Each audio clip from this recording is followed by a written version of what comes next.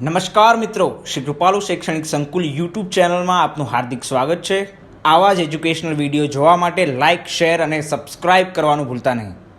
નમસ્કાર વિદ્યાર્થી મિત્રો, ફરી એક વખત યુટ્યુબના માધ્યમ દ્વારા શ્રી કૃપાલુ શૈક્ષણિક સંકુલ પ્રાસલી આપ સર્વે ધોરણ 10ના વિદ્યાર્થીઓનું હાર્દિક સ્વાગત કરે છે। વિદ્યાર્થી મિત્રો, આપણો પાઠ 6 કન્ટિન્યુઅસ ચાલુ છે। પાઠ 6 જૈવિક ક્રિયાઓ, જેનો 7મો ભાગ અને છેલ્લો ભાગ અહીંયા પૂર્ણ કરશું। આજના ટોપિકની અંદર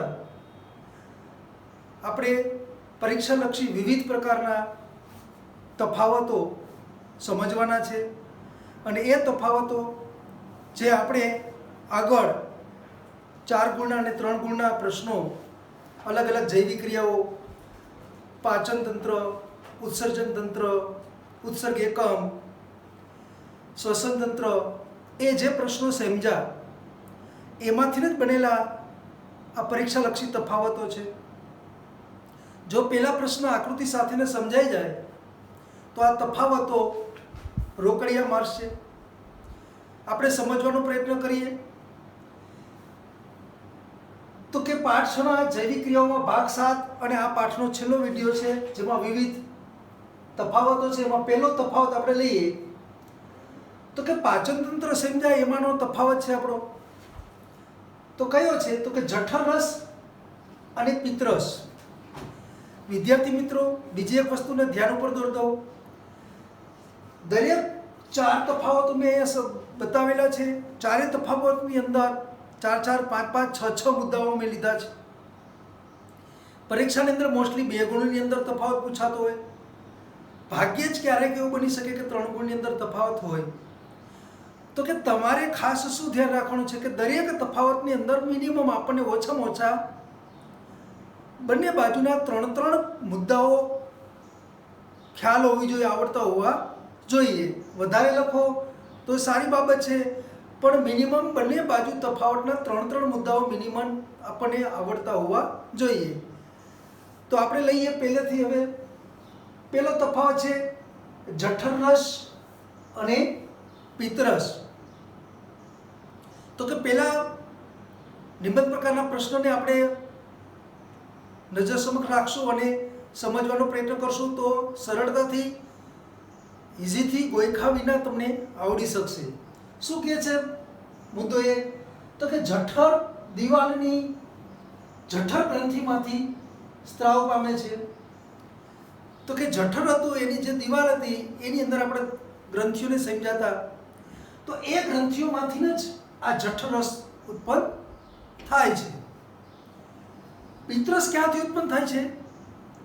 તો કે એ યકૃતમાંથી સ્ત્રાવ પામે છે।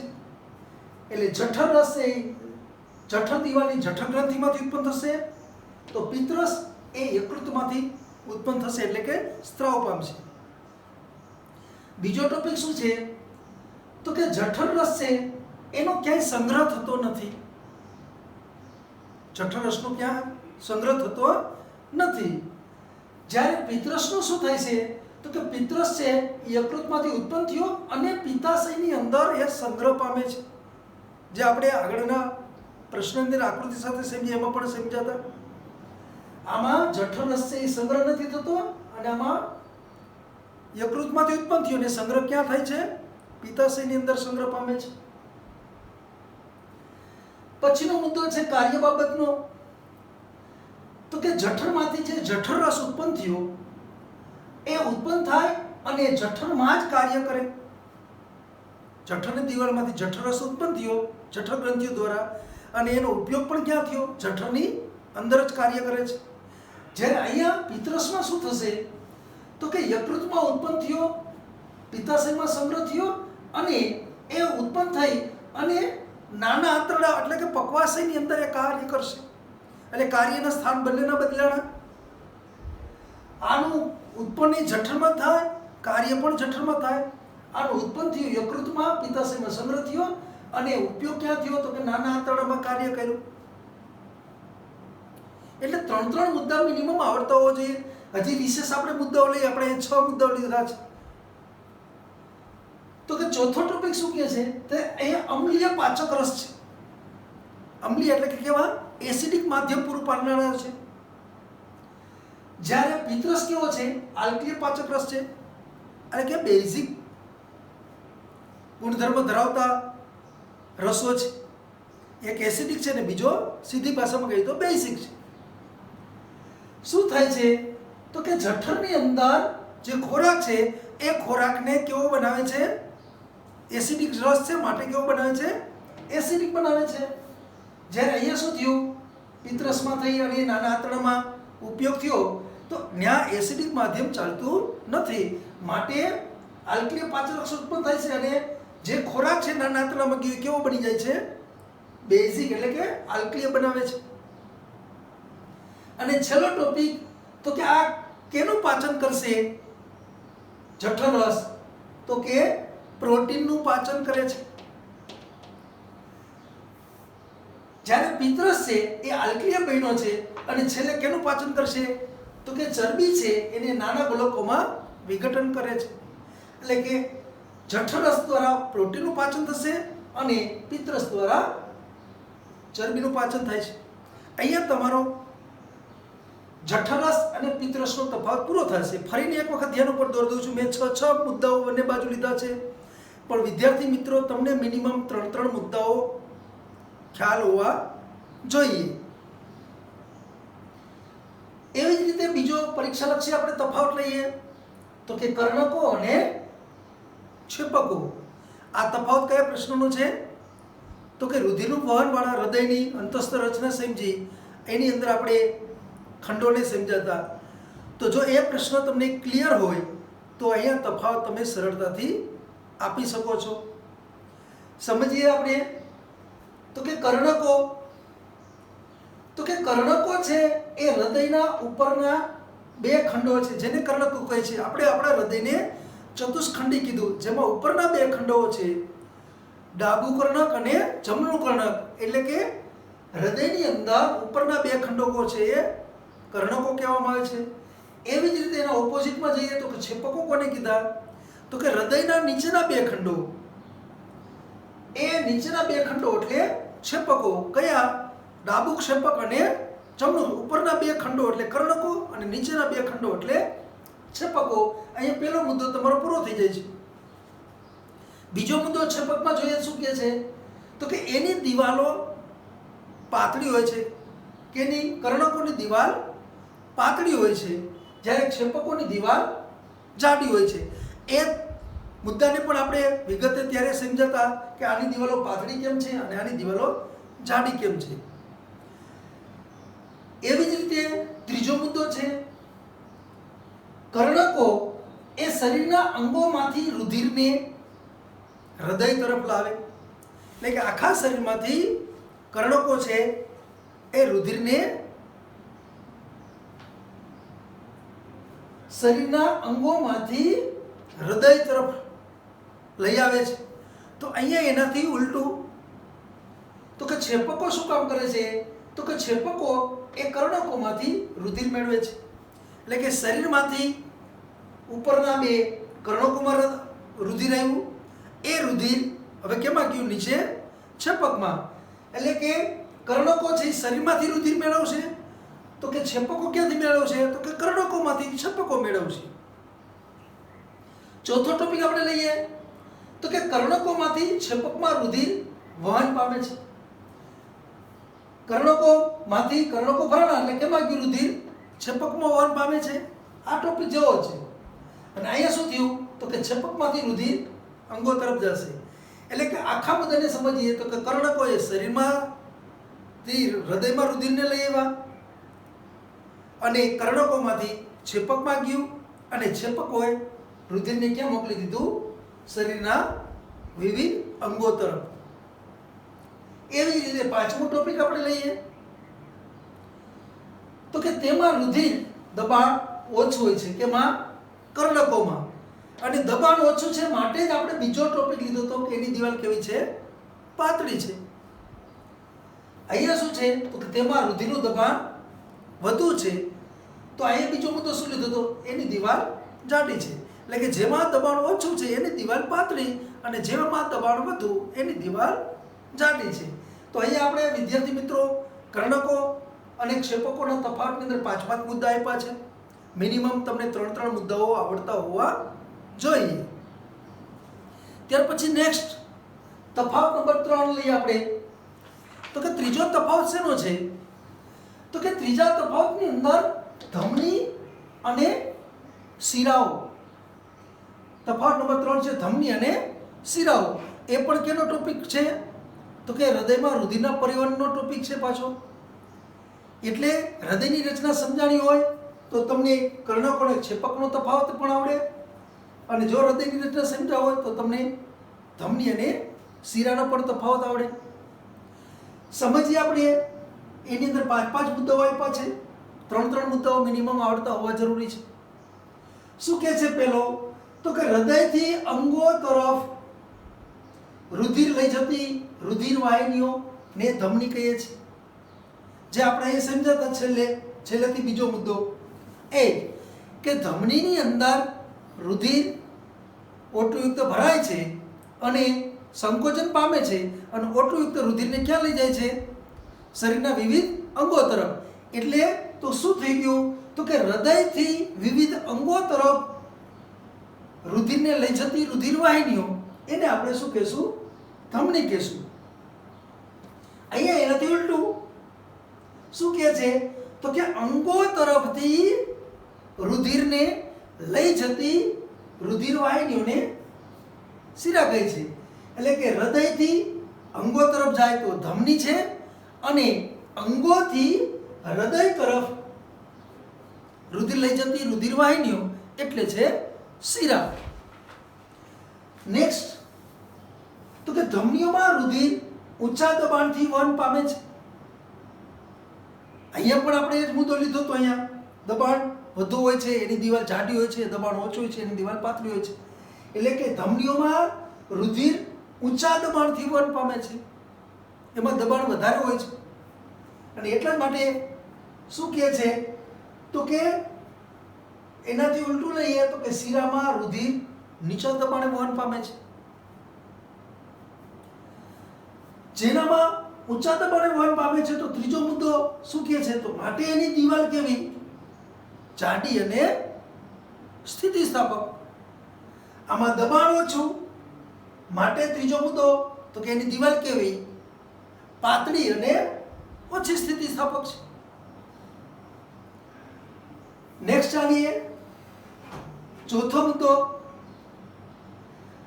અંગો કે પેશીઓમાં ધમની છેલ્લે રુધિર કેશિકા ગુચ્છમાં વિભાજિત પામે છે. એટલે કે હૃદયથી અંગો તરફ લઈ જતી રુધિર વાહિનીઓ એટલે ધમની કીધી. જેમ જેમ શરીરમાં આગળ જશે, શરીરના છેલ્લા કોષ સુધી પહોંચશે, એટલે એ ધમનીઓ શાખામાં વિભાજિત થતા છેલ્લે ગુચ્છ જેવી રચના બને છે. એટલે કે છેલ્લે શેમાં વિભાજન પામી ગયું? રુધિર કેશિકા ગુચ્છમાં. હવે છેલ્લે જે રુધિર કેશિકા ગુચ્છ બન્યું, તો અહીંયા ચોથો મુદ્દો શું થશે? કે અંગો કે પેશીઓમાં જે રુધિર કેશિકા ગુચ્છ છે એમાંથી હળવે હળવે મોટી મોટી મોટી મોટી થતા હૃદય તરફ આવશે. એને આપણે કહીશું શિરાઓ. હૃદયથી ધમની નાની નાની થતા રુધિર કેશિકા ગુચ્છમાં વિભાજન પામ્યું. રુધિર કેશિકા ગુચ્છ ભેગી થતા મોટી મોટી થતા હૃદય તરફ ગઈ, જેને આપણે શિરા કીધી. છેલ્લો મુદ્દો તો કે ધમનીમાં કેવા રુધિરનું વહન પામે છે? O2 યુક્ત રુધિરનું વહન પામે છે. એનાથી ઓપોઝિટ તો શિરામાં કેવું હોય છે? O2 વિહીન, એટલે કે CO2 યુક્ત રુધિર. O2 યુક્ત અને O2 વિહીન એમ પણ લખી શકો છો, અથવા તો ધમનીમાં શુદ્ધ રુધિરનું વહન પામે છે અને શિરામાં અશુદ્ધ રુધિરનું વહન પામે છે, એમ પણ તમે લખી શકો છો. પણ વિદ્યાર્થી મિત્રો, ત્યારે પણ આપણે હૃદયની રચના વખતે ધ્યાન ઉપર દોર્યું હતું કે અહીંયા એક અપવાદ રૂપે છે. શું? જનરલી આખા શરીરની અંદર ધમનીમાં કેવું રુધિર હોય છે? O2 યુક્ત શુદ્ધ રુધિર હોય છે. પણ અપવાદ રૂપે ફુફુસીય ધમની જેની અંદર કેવું છે? CO2 યુક્ત. એવી રીતે અહીંયા શિરામાં મોટા ભાગનું O2 વિહીન એટલે કે CO2 યુક્ત રુધિર છે. પણ અપવાદ રૂપે ફુફુસીય શિરા એમાં CO2 ને બદલે O2. ફુફુસીય ધમની અને ફુફુસીય શિરા છે એ ફેફસા સાથે જોડાયેલા બે રુધિર વાહિનીઓ છે કે જેની અંદર અપવાદ રૂપે O2 ની જગ્યાએ CO2 અને CO2 ની જગ્યાએ O2 નું વહન થતું હોય છે. તો આ આપણો તફાવત નંબર 3 ધમની અને શિરાનો પૂર્ણ થાય છે. એવી રીતે ચોથા નંબરનો તફાવત છે જે જારક શ્વસન અને અજારક શ્વસન. આ તફાવત છે એ કઈ જૈવિક ક્રિયાનો છે? શ્વસન તંત્રવાળો. એની અંદર આપણે સમજાતા વિગતે તો એના ઉપરથી એ તફાવત આપણે સમજીએ પાછા. જારક શ્વસનનો પહેલો ટોપિક શું કહે છે તમને? તો કે આ ક્રિયામાં O2 ઉપયોગ થાય છે. જારક શ્વસનમાં O2 નો ઉપયોગ થાય છે. જ્યારે અજારકની અંદર શું થાય છે? તો કે આ ક્રિયામાં O2 નો ઉપયોગ થતો નથી. જારકમાં O2 જરૂરી છે ક્રિયા થવા માટે, અજારક શ્વસનમાં O2 જરૂરી નથી. શા માટે જરૂર નથી આપણે આમાં સમજશું આગળ. બીજો શું ટોપિક કે છે? તો કે આ ક્રિયા જ્યારે થશે જારક શ્વસનની ક્રિયા ત્યારે શું થશે? તો કે ગ્લુકોઝના અણુઓ છે એનું સંપૂર્ણ દહન થાય છે. ગ્લુકોઝના અણુનું એક અણુનું સંપૂર્ણ દહન કરી અને એક અણુમાંથી જ ઘણી ઉર્જા ઉત્પન્ન થાય છે. જારક શ્વસનમાં ઓક્સિજન વપરાણો ત્યારે ગ્લુકોઝના એક અણુનું સંપૂર્ણ દહન થઈ જાય છે અને દહન થશે ત્યારે એક જ અણુમાંથી ઘણી બધી ઉર્જા મુક્ત થાય છે, ઉત્પન્ન થાય છે. ઉર્જા એટલે એટીપી. જ્યારે અહીંયા શું બતાવે છે અજારકમાં? જ્યારે અજારક શ્વસનની ક્રિયા થાય ત્યારે ગ્લુકોઝના એક અણુનું સંપૂર્ણને બદલે કેવું થાય છે? અપૂર્ણ દહન થાય છે અને તેના જ કારણે એક અણુમાંથી ખૂબ જ ઓછી ઉર્જા મુક્ત થાય છે, ઉત્પન્ન થાય છે. અહીંયા O2 ની હાજરી એટલે સંપૂર્ણ દહન થયું. સંપૂર્ણ દહન થયું માટે એક અણુમાંથી ઘણી બધી ઉર્જા ઉત્પન્ન થઈ. જ્યારે અહીંયા અજારકમાં ઓક્સિજનની ગેરહાજરી છે, અપૂર્ણ દહન થયું માટે ગ્લુકોઝના એક અણુમાંથી પૂરતા પ્રમાણમાં ઉર્જા ઉત્પન્ન થતી નથી. નેક્સ્ટ ત્રીજો ટોપિક શું કહે છે આપણે? તો કે આ ક્રિયાની અંતે O2 અને CO2 ઉત્પન્ન થશે. એટીપી એટલે કે ઉર્જા તો ઉત્પન્ન થઈ જ આ ક્રિયા થઈ ત્યારે, સાથે સાથે શું ઉત્પન્ન થાય છે? O2 અને CO2 પણ મુક્ત થાય છે. અજારકમાં શું થશે? એક તો અપૂર્ણ દહન થયું એટલે ઉર્જા પણ ઓછી ઉત્પન્ન થઈ અને આ ક્રિયાને અંતે પ્રાણીજન્ય હોય અને જો એમાં અજારક થતું હોય તો એમાં શું ઉત્પન્ન થશે? Lactic acid. અને જો વનસ્પતિજન્યમાં અજારક શ્વસનની ક્રિયા થતી હોય તો એમાં શું થશે? ઇથેનોલ અને CO2 ઉત્પન્ન થશે. છેલ્લો ટોપિક છે આપણો અજારક અને જારક શ્વસનની અંદર. તો કે જારક શ્વસનનો છેલ્લો આ ક્રિયાનો પ્રાથમિક તબક્કો કોષરસમાં થાય છે. જારક શ્વસન છે પહેલા કેમાં ક્રિયા થઈ?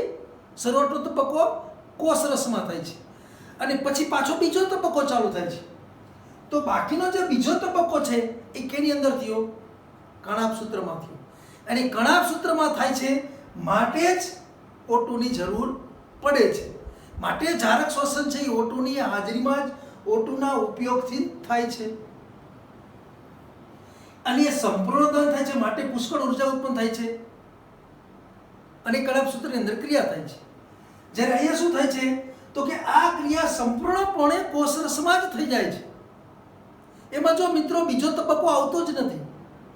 આમાં બે તબક્કા હતા. પ્રાથમિક તબક્કો કોષરસમાં થયો, પછી બીજો તબક્કો કેમાં ચાલુ થયો? કણાભ સૂત્રની અંદર. અને કણાભ સૂત્રમાં થાય છે માટે જ O2 ની જરૂર પડે છે અને માટે જ પુષ્કળ પ્રમાણમાં ઉર્જા ઉત્પન્ન થાય છે. જ્યારે અજારકની અંદર તો શું થશે? સંપૂર્ણ ક્રિયા બધી જ કેની અંદર થઈ ગઈ? કોષરસમાં જ થઈ જાય છે. આમાં કણાભ સૂત્રનો કોઈ રોલ છે નહીં, કોઈ ભાગ ભજવતા નથી. માટે આ ક્રિયામાં O2 ની જરૂર પડતી નથી. એટલે પહેલો મુદ્દો હતો એનો જવાબ આપણે એ મળ્યો કે આમાં O2 નો ઉપયોગ શું કામ નથી? તો કે બધી જ ક્રિયા કોષરસની અંદર થઈ જાય છે. કણાભ સૂત્રનો એમાં કોઈ રોલ નથી માટે O2 ની જરૂર રહેતી નથી. એટલે વિદ્યાર્થી મિત્રો 4 તફાવતો છે, પરીક્ષાલક્ષી છે. જેમને નિબંધ પ્રકારના પ્રશ્નો જૈવિક ક્રિયાઓનો આવડશે એના માટે આ તફાવતો છે એ ઈઝી થશે, સરળતાથી સમજી શકાશે. ફરીને એક વખત ધ્યાન ઉપર દોરું છું કે દરેક તફાવતની અંદર મેં 4, 5, 6 મુદ્દાઓ લખેલા છે. તમને વિદ્યાર્થી મિત્રો ઓછામાં ઓછા 3 મુદ્દાઓ આવડતા હોવા જોઈએ. 2 ગુણમાં મોસ્ટલી પ્રશ્ન પૂછાતા હોય છે અને રેર કેસમાં ક્યારેક ભાગ્યે જ 3 ગુણની અંદર પૂછી શકાય છે. અસ્તુ.